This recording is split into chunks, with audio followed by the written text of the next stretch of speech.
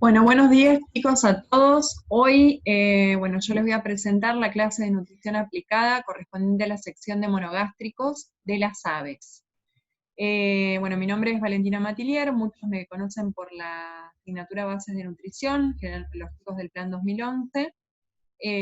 Hoy lo que vamos a ver es un poco algunos conceptos que ya hemos visto también en bases y vamos a entrar a ver un poco más acerca de la nutrición aplicada de estos tipos de producciones. La idea es que yo les cuelgo ahora esta clase y después la semana que viene, el día lunes o martes, les voy a dejar un cuestionario o algunas preguntas o oraciones para completar o verdadero o falso para que ustedes en base a esta presentación puedan realizarla después y bueno, podamos ver que hayan entendido más o menos la clase. Bueno, bien. Respecto a la producción de aves, o sea, obviamente nuestra materia forma parte del Departamento de Producción Animal, y hablamos de especies de interés técnico productivo. En este caso hablamos de, en lo que respecta a aves, de producción de aves de tipo reproductores, que son aquellos que dan origen a las aves de ponedoras y parrilleros. En el caso de la producción de aves ponedoras son aquellas que están destinadas a la producción de huevos y al final de la misma a la producción de carne.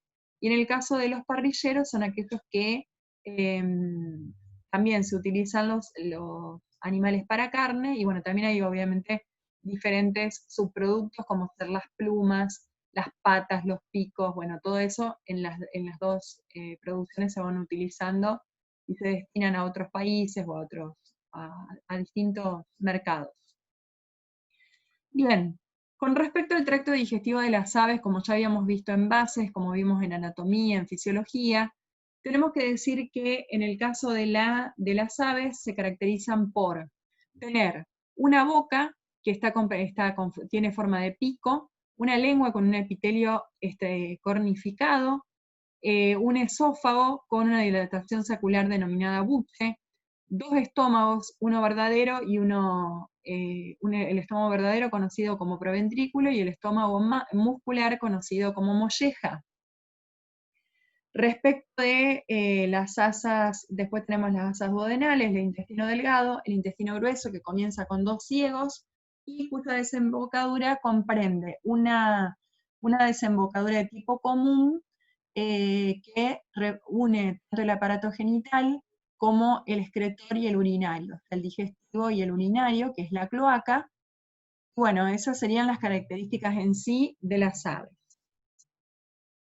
Bueno, en el caso de la producción de aves ponedoras, hay una práctica muy habitual, que es la práctica de despique en las aves. Es aquel procedimiento quirúrgico que va a consistir en la amputación de una porción de pico. Y bueno, se realiza con una despicadora que corta y cauteriza el pico al mismo tiempo. La finalidad de lo mismo es evitar el canibalismo, evitar la pérdida de alimento por selección y evitar daños en el producto final, que sería el huevo. ¿Está? ¿Qué pasa? En este tipo de producción por ahí el estrés es común por el confinamiento que hay, entonces se produce quizás la pica del producto y bueno, eso no es deseable obviamente.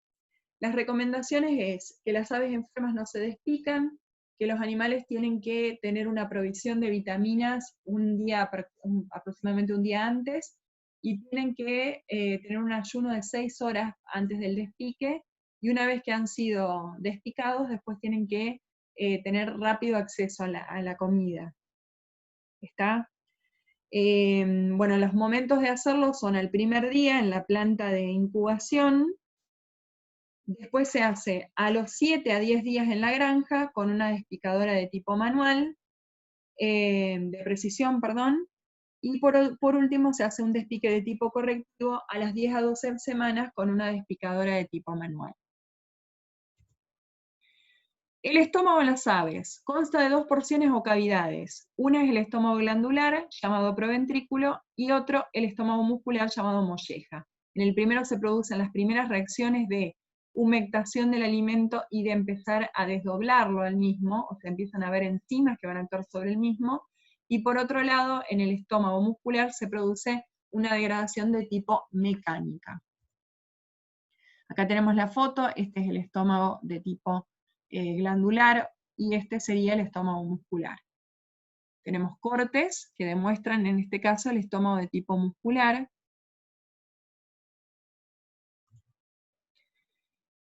Y bueno, por otro lado, es importante, también vamos a hablar ahora de lo que es el porcentaje de digestibilidad. El porcentaje de digestibilidad era muy importante porque estima la eficiencia de digestión de un alimento. Es considerado un indicador del valor nutritivo de un alimento y es un predictor de la performance animal.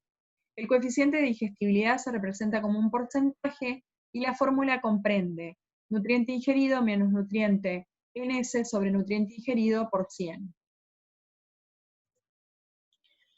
Bien, en los tipos de producciones, en todos estos tipos de producciones de aves, tenemos que tener en cuenta que hay factores que van a afectar el consumo del alimento en sí, de manera muy general. Por un lado es el peso corporal o la edad, por otro lado tenemos el índice de producción de huevos, el peso del huevo en sí, la temperatura del ambiente, las condiciones de manejo, las condiciones del ambiente en general, obviamente, la textura del alimento, y otro condicionante muy importante es la cantidad de energía dietética que contiene el alimento en sí. La formulación de raciones óptimas debe tomar en consideración los siguientes factores. Cuando vamos a hacer una formulación de una nutrición para las aves, tenemos que tener en cuenta varias cosas. Entre ellas, una de las más importantes es saber con qué materias primas contamos en la zona, cuál es la disponibilidad, cuál es la capacidad de la fábrica de alimentos con la cual vamos a trabajar, cuántas son las materias primas que vamos a utilizar. Por otro lado, tenemos que tener en cuenta que vamos a trabajar con una producción separada de machos y de hembras, que vamos a tener un peso vivo requerido por el mercado, y tenemos que tener en cuenta las demandas del mercado, de nuestro mercado consumidor. ¿Qué pasa? Obviamente los consumidores tienen preferencias, o van a un producto específico, o a su vez, más allá del producto específico en sí, exigen ciertas características del mismo, como por ejemplo el color de la piel, la textura de la carne, el sabor de la misma, los niveles de grasa requeridos. Bueno, se demanda por ahí algunos productos más elaborados que otros, entonces todas esas cosas hay que tenerlas en cuenta al momento de desarrollar la nutrición de los mismos. Bien, en cuanto al alimento que se va a destinar, vamos a tener distintas presentaciones.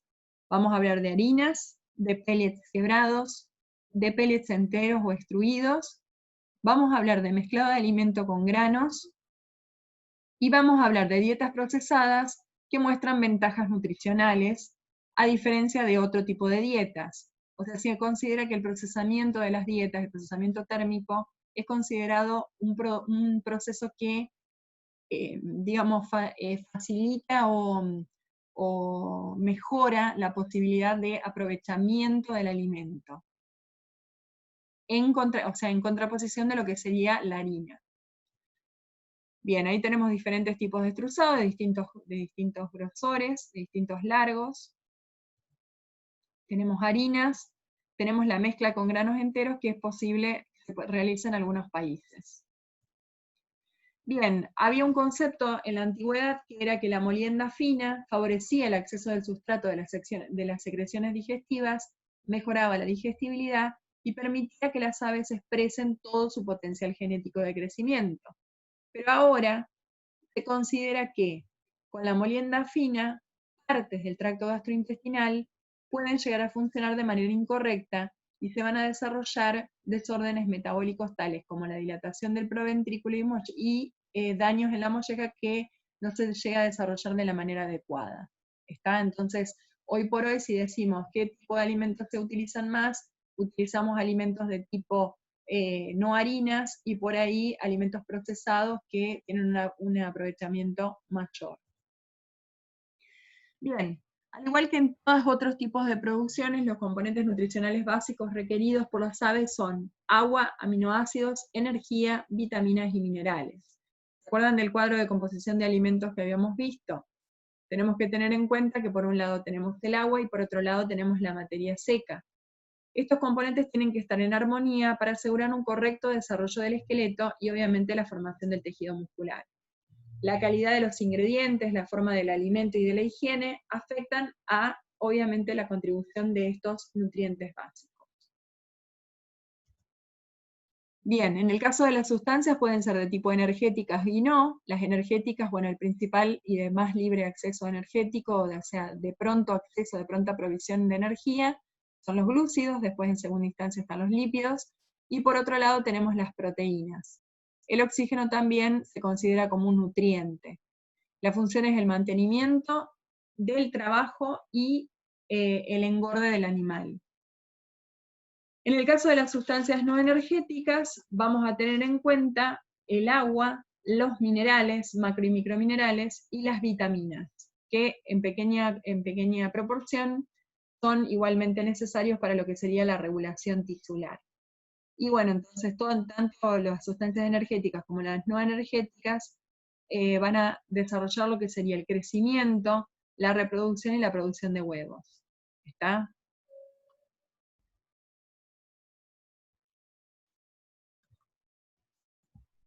Bien, con respecto, ahora yo por ahí les voy dando bastante escrita la clase para que ustedes vean y les quede el material para poder estudiarlo y bueno, ir sacando conceptos, porque me parece importante, bueno, que se queden bien con las cosas bien anotadas y bueno. En el caso de la proteína cruda, están constituidas por más de 23 aminoácidos. Las propiedades de una molécula proteica son determinadas siempre por el número, tipo y secuencia de aminoácidos que componen a la misma. Hablamos de proteínas, de glicoproteínas, de lipoproteínas. ¿Se acuerdan cuando hablábamos de los alimentos en sí? Siempre obviamente la parte proteica es sumamente importante y es un constituyente muy grande, tanto del músculo como o sea, del músculo de la carne en sí, como del huevo en sí. El huevo se considera que tiene un 65% también de constitución en sí, es proteína. Por otro lado, hablamos de dos tipos de aminoácidos, aminoácidos que son considerados esenciales y no esenciales. Sabemos que los esenciales son aquellos que sí o sí se deben incluir en la dieta, como ser, porque el organismo no los puede producir, como ser la metionina, que este es un condicionante muy importante, este aminoácido, para lo que es la producción en especial de ponedoras, la lisina, la fenilalanina, la arginina, la histidina, la isoleucina, la leucina, la trionina y el triptófano son considerados esenciales. En cuanto a los aminoácidos no esenciales, tenemos la alanina, la aspargina, la cistina, la serina, la tirosina, el ácido glutámico, la glutamina, la glicina, el ácido aspartico. Bien, con respecto a la digestión de las mismas, esta digestión empieza ya en el estómago glandular, en donde actúa una enzima que es la pepsina. Por otro lado, en el intestino delgado, por actividad de la tripsina y quimotripsina, se desdoblan en dipéptidos y en aminoácidos. La absorción se produce mediante transporte activo por transportadores específicos para determinados grupos de aminoácidos y se absorben al sistema porta y una pequeña parte al sistema linfático. La energía en sí, obviamente sabíamos que la energía es el aporte de calor de cada nutriente al ser metabolizado. La energía es necesaria para mantener las funciones metabólicas de las aves y el desarrollo del peso corporal. La energía metabolizable describe la cantidad total de energía del alimento consumido, menos la cantidad de energía excretada y el incremento calórico. ¿Se acuerdan cuando veíamos el cuadro de lo que era la partición de la energía? Por un lado teníamos en sí que todo el alimento comprende un 100% de energía que se va a perder parte de la misma en la producción de las heces, en la producción de orina y en el incremento calórico. Y el mantenimiento y, digamos, la producción en sí, ya sea de huevos o de tejido, para la misma nos quedaría la energía neta, que sería un 57,5%. Hablábamos de la energía total, la energía digestible, la energía metabolizable y la energía neta. ¿Qué pasa si hay energía insuficiente? Si no hay energía suficiente, obviamente el animal tiene que movilizar reservas y eso se traduce en una disminución tanto del peso de huevos como de la producción en sí, y también disminuye el peso corporal.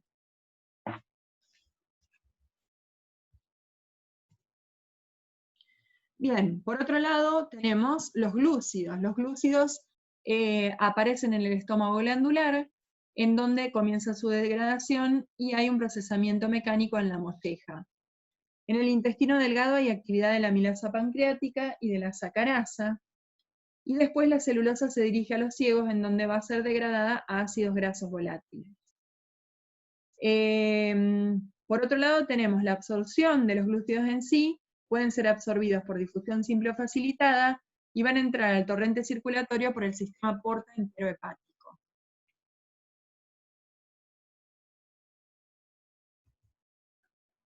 Bien, en el caso de las grasas son consideradas también una fuente importante de energía, contienen más del doble de energía que cualquier otro nutriente. La grasa forma parte del huevo en más de un 40% de la materia seca del mismo, y del 17% del peso del ave destinado a faena. Las grasas en los ingredientes utilizados en las dietas son importantes para la absorción de diferentes vitaminas, la vitamina A, la D3, la E y la K, y como fuentes de ácidos grasos esenciales. En cuanto a la digestión de lípidos, comienza en el estómago glandular y prosigue en el intestino por acción de las lipasas volcadas por la bilis, que actúan desdoblándolos a ácidos grasos libres y a glicerol. Por otro lado, la absorción de lípidos. Los ácidos grasos de cadena corta son llevados directamente por el sistema porta. Del mismo modo ocurre con el glicerol, que va a ir al hígado, donde se va a fosforilizar, donde se va a fosforilar y poder ser de ahí utilizado. Bien, por otro lado, las vitaminas solubles en grasa, tenemos solubles en grasa y solubles en agua. En grasa tenemos la vitamina A, la D3, la E y la K, y solubles en agua tenemos la tiamina, la riboflavina, el ácido nicotínico, el fólico, la biotina, el ácido pantoténico, la piridoxina, la vitamina B12 y la colina. El huevo contiene normalmente suficientes vitaminas para satisfacer las necesidades de desarrollo del embrión, y a su vez se los considera como un alimento sumamente rico en vitaminas para el consumo de humanos. Proteínas y vitaminas entonces son muy importantes en el huevo. Bien, dentro de las vitaminas también, por otro lado, teníamos los minerales, que los minerales también se requieren en pequeñas o grandes cantidades. En el caso del calcio y el fósforo, principalmente los dos tipos de producciones son necesarios. En el caso del calcio, bueno, la carencia del mismo ocasiona síntomas como el raquitismo, la osteomalacia, la cáscara fina y la disminución de la postura. En ese caso, ahí tenemos una foto de lo que sería el raquitismo de los animales. Por otro lado, el fósforo, la necesidad en ponedoras es de 0,75%, depende de la edad y de la producción. Su falta provoca en animales jóvenes mala conversión y falta de desarrollo, y en las ponedoras falta de solidez en el esqueleto.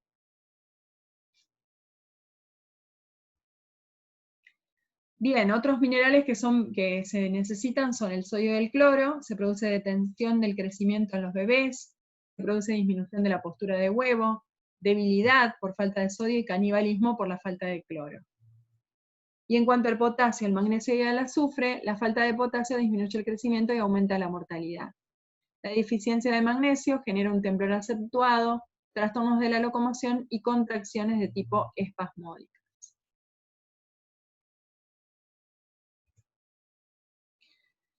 La vitamina A, deficiencias de vitaminas. Si nos falta vitamina A, tenemos detención del crecimiento, palidez de cresta, barbillas, plumaje áspero, debilidad de miembros, secreciones en ojos, desecación de conjuntiva, disminución de rendimiento.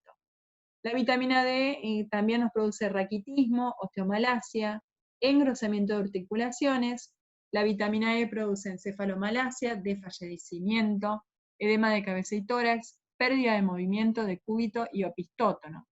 Y la vitamina B1 produce parálisis de dedo, extensión de patas y torsión hacia atrás de cuello y de cabeza.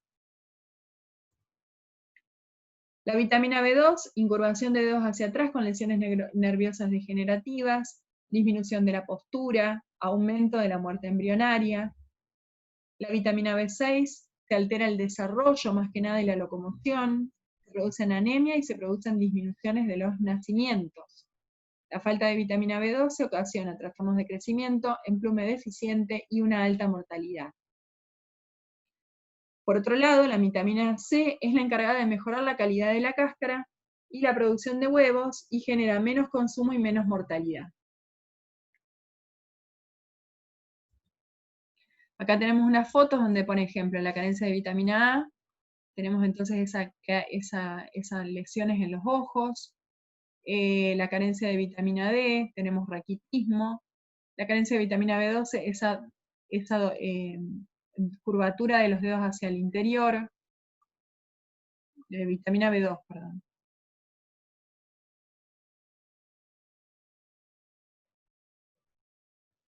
Bien. Bueno, con respecto a los otros componentes, en el caso del agua, obviamente el agua es uno de los componentes más importantes también.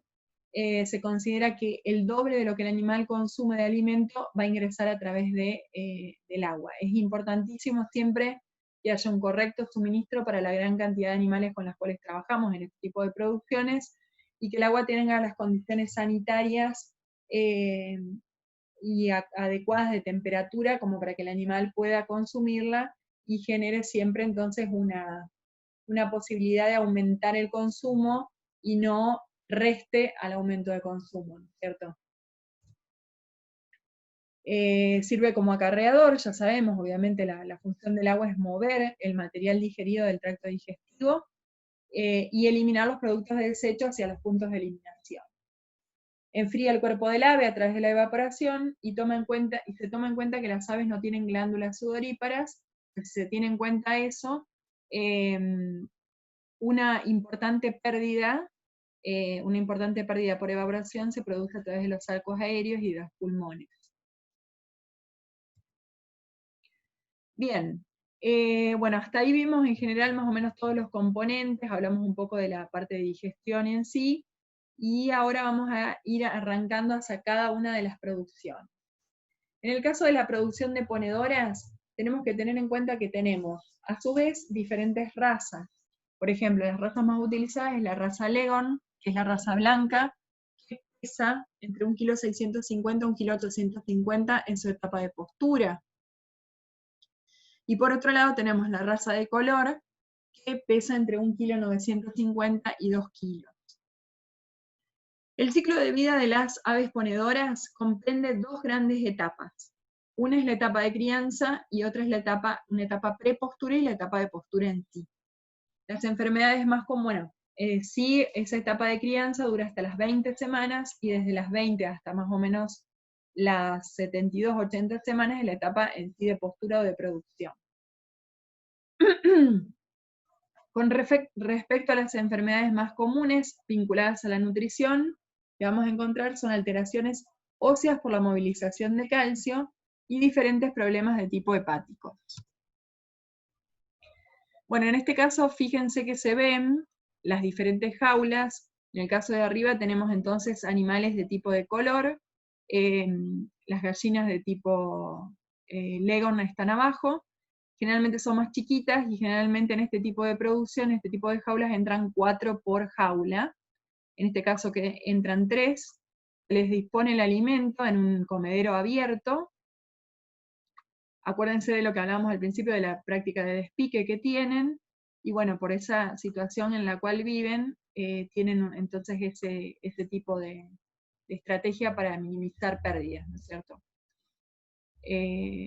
Bueno, ahí más o menos son los diferentes tipos de producción, generalmente se hace en forma de escalonada, y bueno, los desechos se eliminan en el suelo, y bueno, eso se van retirando a medida que se van produciendo, bueno, en momentos determinados.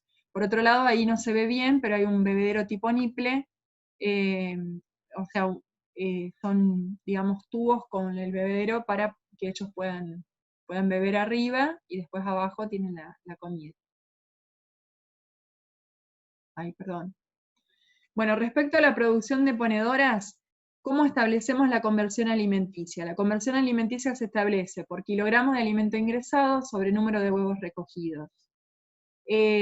Una de las guías más importantes que utilizamos es la guía de manejo Highline Brown del año 2014, que eso, bueno, ya lo veremos después más adelante.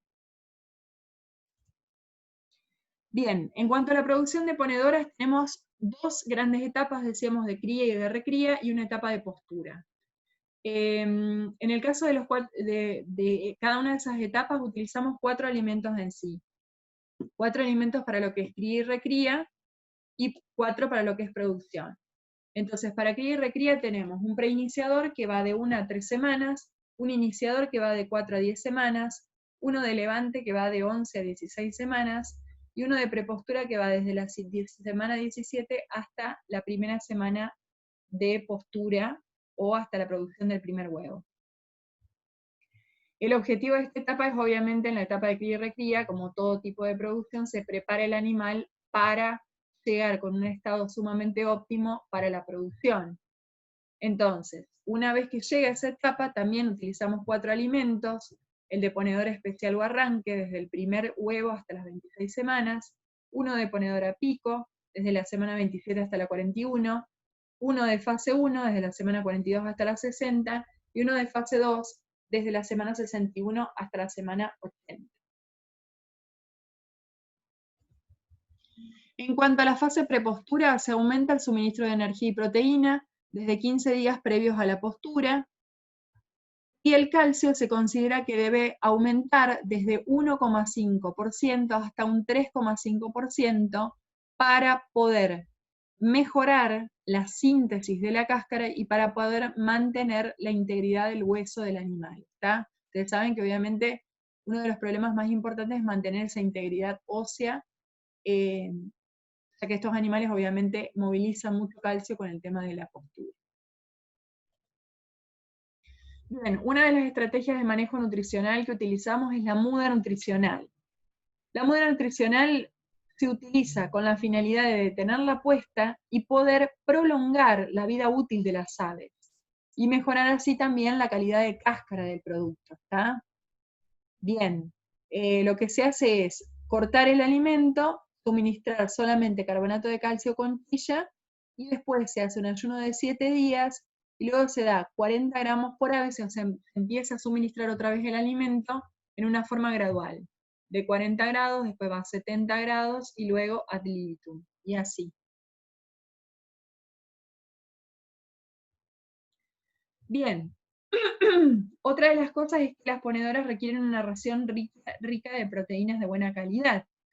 También, como veíamos el frente recién de los animales, cada uno tiene, o sea, vieron que por jaula van 3 a 4 animales, y tienen un frente de comedero adecuado de más o menos unos 10 centímetros.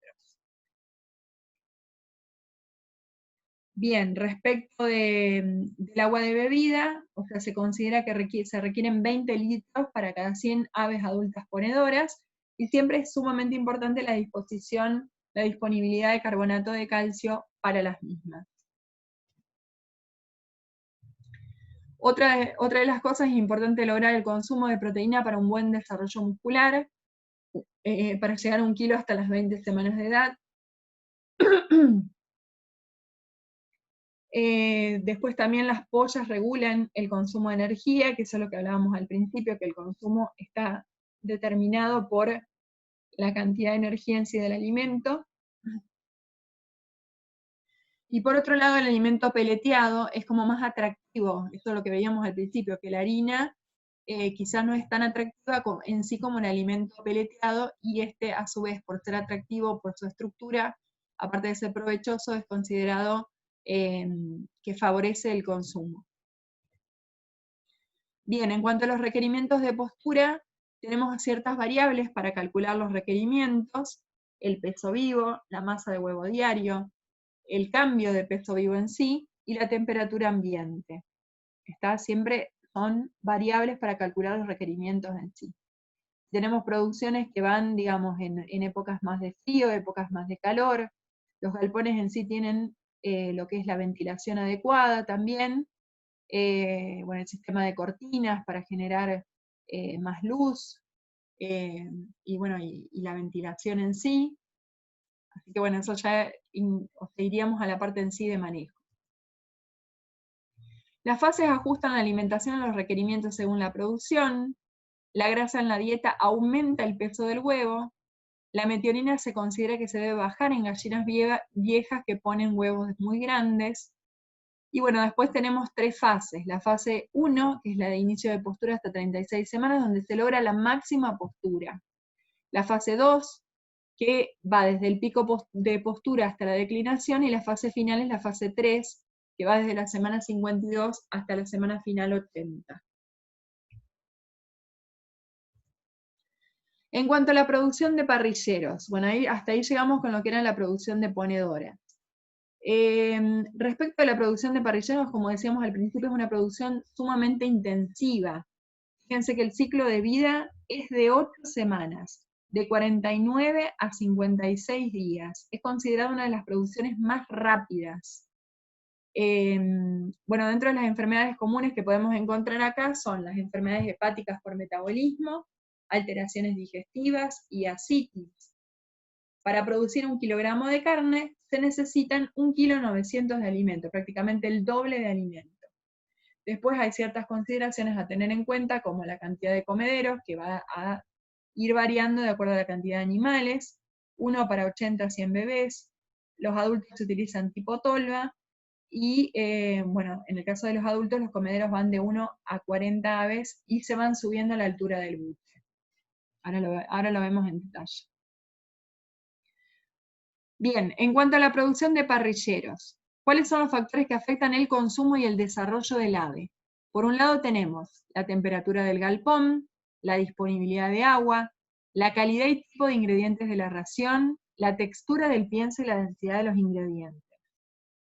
Bien, temperatura del galpón es sumamente importante, que es lo que decíamos, acá también hay estrategias de levantar cortinas, de ventilación, de calor, de lámparas de calor, para cuando los animales son muy chiquitos, bueno, después a medida que van creciendo se va liberando secciones del galpón. Después, respecto de la disponibilidad de agua, como decíamos al principio, el agua es una de los condicionantes del consumo en general de alimento más grande, entonces siempre tiene que estar bien dispuesto. Otra es la textura del pienso, y bueno, obviamente la calidad del alimento en sí es uno de los factores que va a determinar el desarrollo del ave en sí.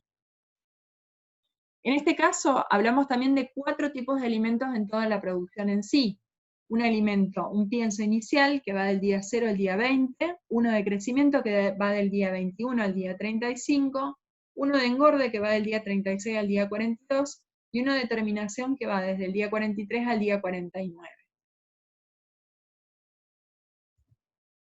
Los comederos, como les decía, hay comederos tipo tolva, hay comederos así tipo bandejas, así o este tipo también. Fíjense que los animales son chiquititos, generalmente lo que se hace es trabajar por sectores, con la iluminación, la calefacción adecuadas, y bueno, el alimento, acá tenemos bebederos así tipo, bebederos para que ellos chiquititos se acerquen a consumir ahí. Una de las estrategias también que se utilizan en las aves es la postura, una vez que llegan, llegan en las cajas desde las plantas de incubación para empezar la crianza en un puesto en un galpón de parrilleros, se utilizan, por ejemplo, papel madera para que los animales se vuelcan en el papel, se les distribuye el alimento ahí, y ellos, o sea, con el tema de ir pisando, es como que atrae el alimento, le gusta al animal ir pisando para ir y a su vez ir consumiendo el alimento. Son estrategias así de manejo que por ahí tienen ciertas granjas.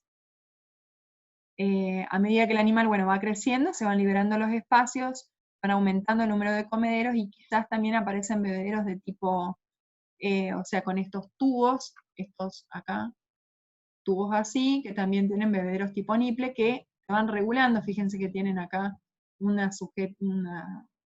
están sujetos, y de ahí se van levantando a medida que el animal va aumentando de peso, de altura, perdón. En este caso los bebederos, tenemos el bebedero abierto de tipo canaleta, este acá de tipo niple, y los bebederos así para colectivos para distintos animales. Siempre importante la calidad de agua, que el agua sea buena, que no haya problemas. Se utiliza el agua como medio de medicación de los animales también. Se utilizan fumigación, las vacunaciones se hacen a través de aspersiones, y bueno, distintas cosas dentro de lo que es la producción en sí de estos animales. Bien, y respecto a la producción de reproductores, yo por ahí no tengo mucho manejo, así que lo único que les voy a decir es que su ciclo de vida, a las 45 semanas comienza la producción de huevos, y que las enfermedades comunes son alteraciones óseas por la movilización del calcio y problemas hepáticos por el metabolismo. Bueno, generalmente se considera que la capacidad de una hembra reproductora de producir bebés es más o menos de 120 a 135 bebés. Da el alimento para machos separados de las hembras con distintos tipos de comederos. Y bueno, el consumo de la hembra va de 135 a 165 gramos de alimento.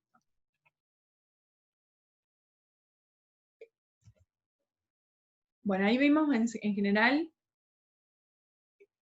los 3 tipos de producciones, y ahora vamos a ver un poco lo que sería la interacción entre lo que es nutrición y manejo. Vieron que siempre hablamos, y yo les digo que la producción tiene un montón de patas, un montón de, digamos, de condicionantes en sí, que son la genética, la sanidad, las condiciones de alojamiento, el manejo en sí, la nutrición como parte muy, muy importante, y la gestión económica. También podríamos decir que el factor humano, el personal, es siempre un condicionante muy importante para el éxito de los objetivos productivos. ¿Está?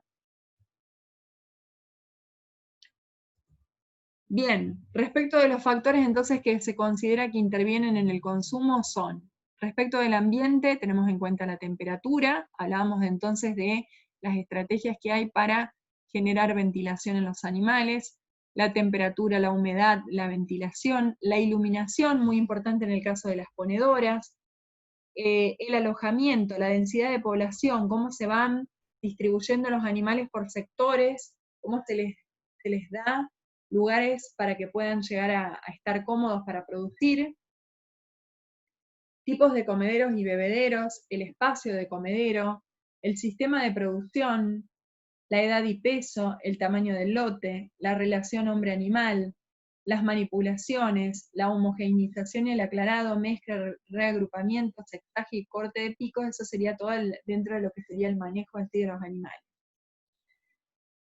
Respecto de la alimentación, obviamente es condicionada de acuerdo a la presentación física del pienso, el volumen, la restricción, la calidad y disponibilidad del agua. Y respecto de los sanitarios tenemos el estrés inmunitario, la prevalencia de enfermedades, los programas preventivos y terapéuticos, y el vacío sanitario en sí. El vacío sanitario es una de las estrategias que se utiliza para poder, obviamente, evitar o sea, optimizar los recursos y evitar el paso de enfermedades, el obtener enfermedades. Bien, en este caso, por ejemplo, dentro de los factores extrínsecos tenemos en cuenta temperaturas óptimas para la cría del pollo. De acuerdo al día 0 hasta el día 27, tenemos entonces rangos de temperatura y humedad relativa, y bueno, temperatura ideal según el índice de humedad relativa. Y bueno, vamos viendo que a medida que la edad va aumentando, bueno, van variando todos estos valores. Acá fíjense que la guía es Aviagen, que es 2003. Pero bueno, todo más o menos, hay guías en sí que nos indican cómo trabajar en todo este tipo de sistemas. Nos van diciendo la cantidad de comederos, la cantidad de bebederos, la distribución de los animales, cómo ir abriendo los animales, o sea, cómo ir habilitando secciones para que ellos puedan estar bien y crecer bien, cuáles son, como en este momento, la temperatura y la humedad relativa adecuada. Bien, por otro lado, la selección genética. A su vez, hablábamos, por ejemplo, de razas en lo que es ponedoras, más allá de las razas, a su vez, como todas otras especies, tenemos distintas características genéticas. Entonces, la selección genética busca, obviamente, tener animales que nos den gran cantidad de carne o sea, líneas con gran capacidad de eficiencia de conversión de carne y también con gran calidad en la producción de huevos, destinados para consumo. Bueno, respecto de lo que es nutrición en sí también, en lo que es investigación, yo ahí más o menos les puse ciertas cosas que están investigando, que se fueron investigando, para que ustedes tengan en cuenta que hay distintos componentes de la dieta que se pueden ir estudiando para ver cómo mejorarla en sí. Yo por ahí saqué bastantes artículos de lo que es FEDNA, que es la Federación Española para el Desarrollo de Nutrición Animal, que es muy utilizada en este tipo de producción. Y bueno, por ejemplo, en este caso, se evalúan fuentes de calcio grueso, el efecto de tamaño de la partícula y de la fuente de carbonato cálcico sobre la retención en la molleja y la solubilidad en vivo. Tenemos dos fuentes de calcio, la fuente A y la fuente B, y a su vez tamaños de partículas distintos. Más grande a más chica, y esto lo mismo, exactamente lo mismo, y bueno, se evalúa la solubilidad in vivo de la misma y la retención de la molleja. O sea, cómo es la posibilidad de retenerse en la molleja y cuáles son las fuentes en sí de calcio, cómo van variando y cómo pueden llegar a afectar lo que sería la calidad de la cáscara. En cuanto a la calidad de la cáscara, por otro lado, tenemos el exceso de cloruro de sodio. Fíjense que en este caso se evalúa, por un lado, un tratamiento a 18 grados con un control y con un exceso de cloruro de sodio, y a 30 grados. Se evalúan la calidad de cáscara en función de la cantidad de sodio y de la temperatura. Hay un montón de estudios que pueden llegar a, digamos, evaluar distintos componentes, temperatura, cloruro, distintos nutrientes dentro de el producto final, del objetivo del producto, de obtener un producto final de calidad. En cuanto al exceso de magnesio, efecto de la concentración de magnesio sobre la producción, porcentaje de cáscara y calcio en el plasma. Magnesio, producción de huevos, peso de cáscara, calcio en plasma, calcio en tibia. Por otro lado, la composición de la yema, el efecto de distintas fuentes de grasa sobre la composición en ácidos grasos de huevo y de los pollitos de un día. Entonces acá, por ejemplo, utilizamos 3 tipos de grasas distintas: el aceite de maíz, la grasa de las aves y la manteca, que en este caso, por ahí manteca es medio raro que utilicemos nosotros, pero bueno, en este caso sí la usan. Y bueno, los efectos entonces sobre la composición de diferentes ácidos grasos en el huevo y en el pollito en sí. Huevo y pollito, diferentes ácidos grasos con diferentes tipos de grasa.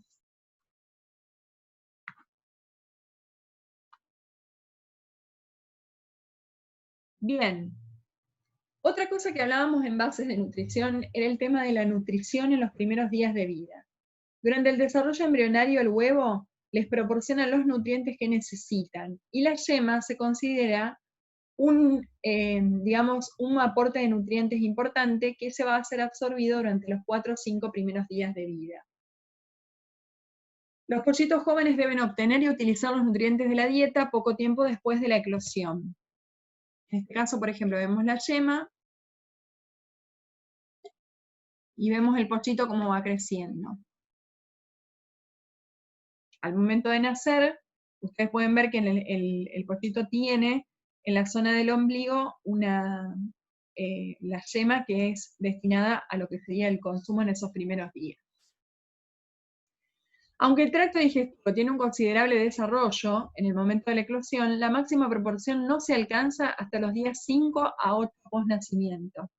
Entonces, sigue desarrollando su tracto gastrointestinal después del nacimiento. Es intenso, alcanzando 2,5 veces el tamaño inicial en las primeras 24 horas.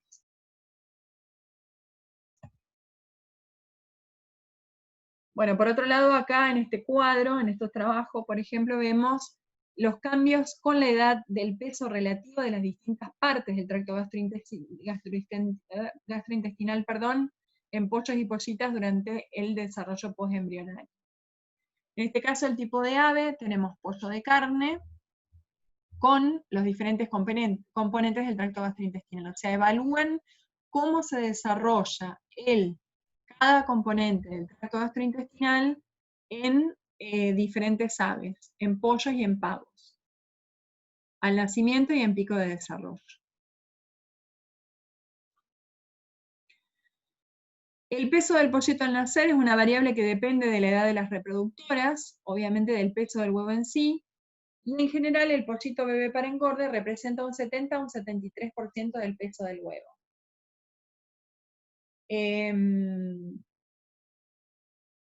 Bueno, es sumamente importante también el acceso temprano al alimento. Esto siempre es muy, muy importante.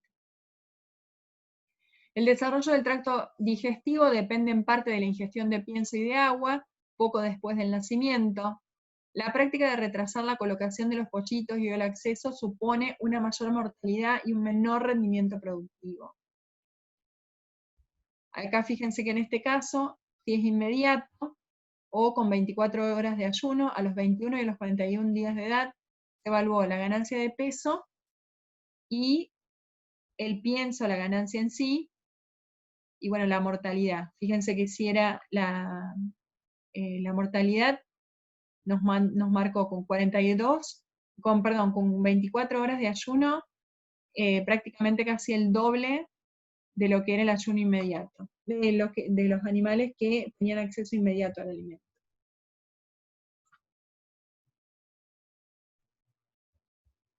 Bien, el pollito debe recibir alimento entonces dentro de las 36 horas. Es sumamente importante, ¿por qué? Porque tiene una demanda muy grande para el desarrollo del tracto gastrointestinal y porque, como es estudiado, disminuye la mortalidad y genera un mayor rendimiento al final, al momento del sacrificio.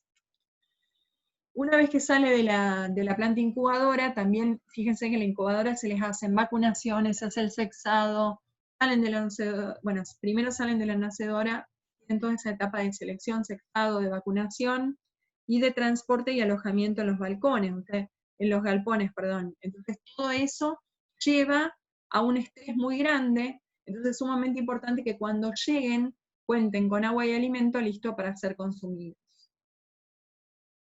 Deben ser alimentados lo más pronto posible. La composición nutricional de la dieta parece ser también de vital importancia, ya que los pollitos pasan de tener como principal fuente de energía los lípidos a los hidratos de carbono. La ingesta temprana de hidratos de carbono es necesaria para el desarrollo del metabolismo de energía en pollitos y para que se constituyan rápidamente las reservas de glucógeno en el hígado. Bien, dentro de los componentes más importantes para las aves, de los alimentos más importantes, tenemos la soja. La soja igualmente tiene sus restricciones, que tienen las proteasas inhibidoras de la tripsina, que provocan un crecimiento retardado en las aves, y en especial en aves jóvenes. La ureasa es considerada un excelente indicador de la calidad de procesamiento térmico, que va a aumentar la disponibilidad biológica de la soja. Fíjense que en este caso tenemos una evaluación del efecto de diferentes procesos de desactivado aplicados al grano de soja sobre el desempeño de las aves. Se evalúa la conversión alimenticia de los animales de cada tratamiento según la edad. Los tratamientos hablamos de harina, vapor, o sea, sobre harina, la formación de harina, el vapor, el aire caliente y el extrusado en sí. ¿Cómo varía entonces su conversión alimenticia?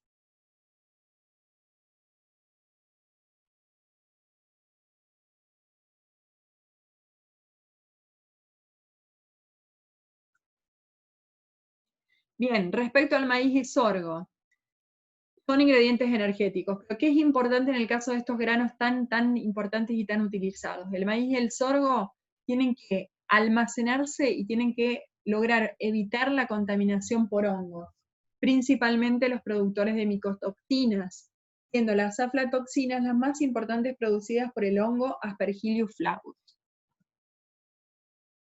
¿Qué provocan las aflatoxinas? Retardo en el crecimiento de las aves, baja producción de huevos, bajos nacimientos, baja inmunidad porque producen inmunosupresión, lesiones en el hígado, páncreas, vaso y en la bolsa de Fabricio.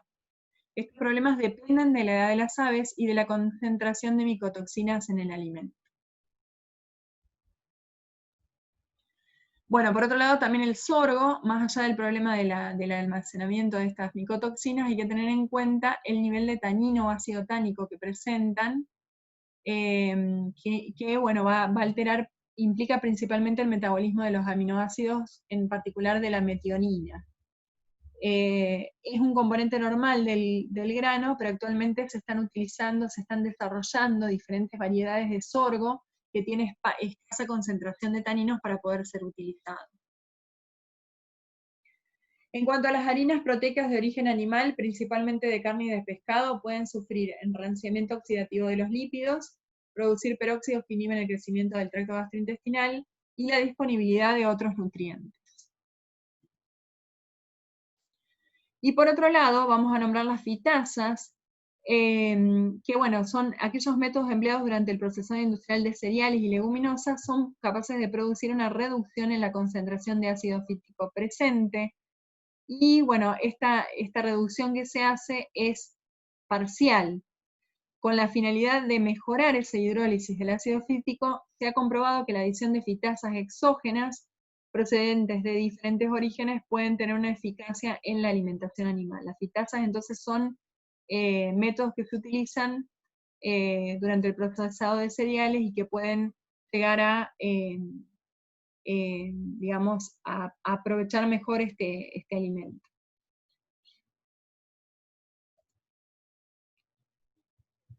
Este es un aditivo, serían. Las fitasas son aditivos que pueden ser utilizados como alternativa junto a fuentes solubles de calcio y fósforo a las dietas porque van a mejorar la digestibilidad, tanto de la materia seca como de calcio, fósforo, cenizas, brutas totales y demás.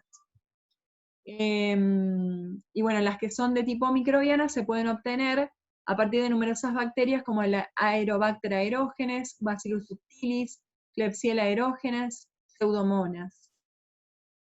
También en levaduras y hongos, siendo la fuente fúngica más importante la del género Aspergillus.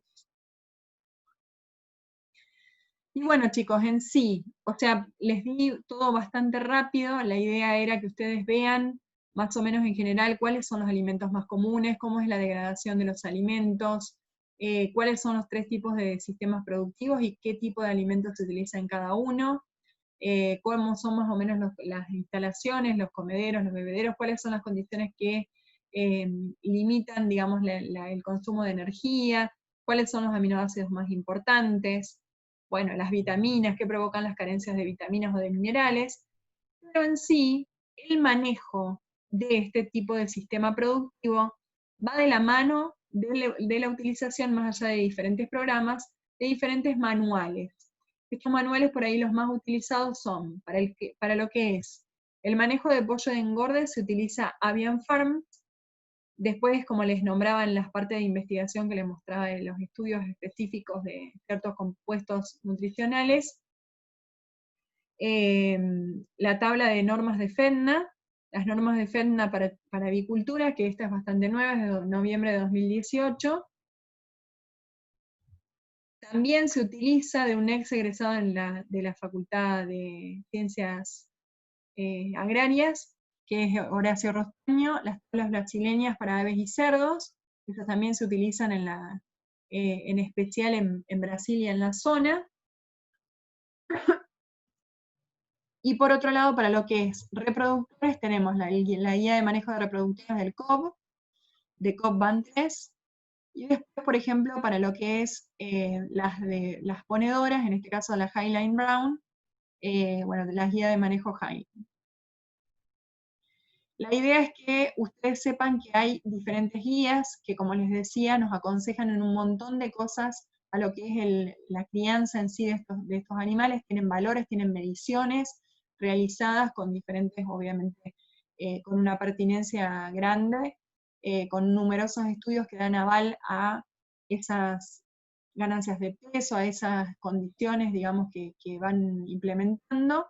Pero bueno, lo que es importante es que ustedes quieren, si les interesa este tipo de producción y quieren ver Yo les puedo mandar por correo privado, lo podemos ver, o si les interesa, porque ahora es medio pesado para subir en el entorno, alguna guía específica.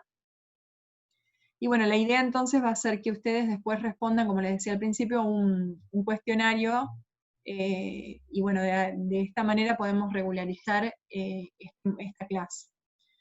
Así que bueno, cualquier duda que les surja, que se acuerden, pueden consultar al correo mío, que es bmatiller@fcb.unl.edu.ar, o pueden a través del entorno virtual puntualmente hacerme la consulta, o pedirme las tablas, como les decía recién.